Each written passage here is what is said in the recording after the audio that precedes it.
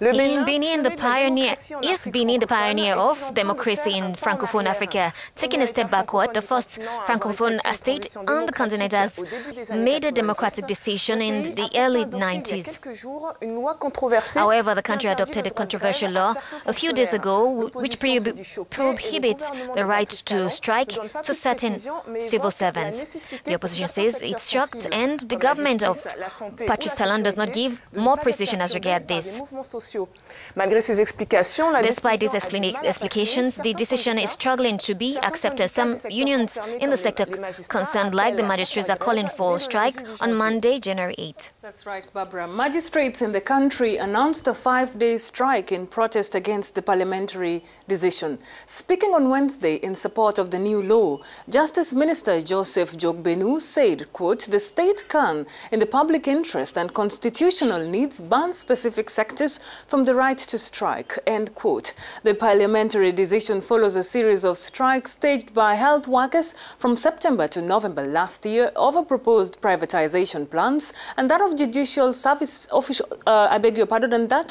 judicial officials in October and November who were protesting nomination by the Justice Ministry and to demand salary reviews. Let's try to understand better this decision with Maurice Maouignon, who is a political analyst from Benin. Good morning. Some civil servants no longer have the right to strike. It's been a difficult situation.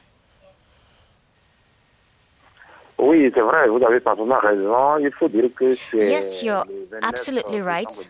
It must be said that on the 29th of December last year, the deputies passed a law. I'm saying that it's not a new law. It already existed.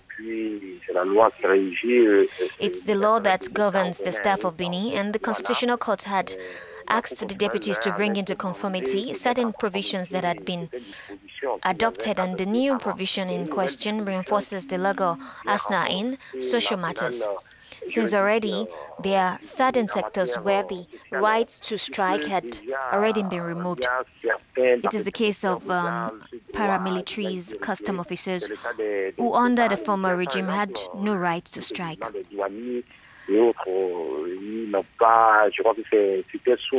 As far as the health and justice sector are concerned, the decision was poorly received by the workers, especially at the level of the leaders of the trade union. La décision a été très mal accueillie au sein des travailleurs, surtout au niveau des brigades des centrales syndicales et aussi au niveau de ces différents secteurs. There have been several strikes carried out by these sectors. Could that be the reason for this recent decision taken by the authorities? The problem is that these two sectors have been going through a bit of a rough patch over the past few months. For instance, the health sector, they were on strike because they opposed to some of the reforms that President Talon wanted to initiate, just as the justice level too, especially judicial auxiliary.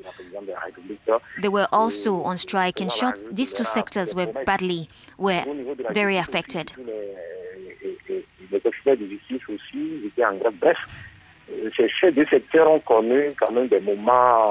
It is necessary to have a better understanding of the situation.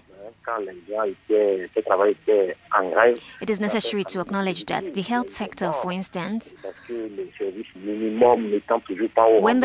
the workers were on strike, there were victims.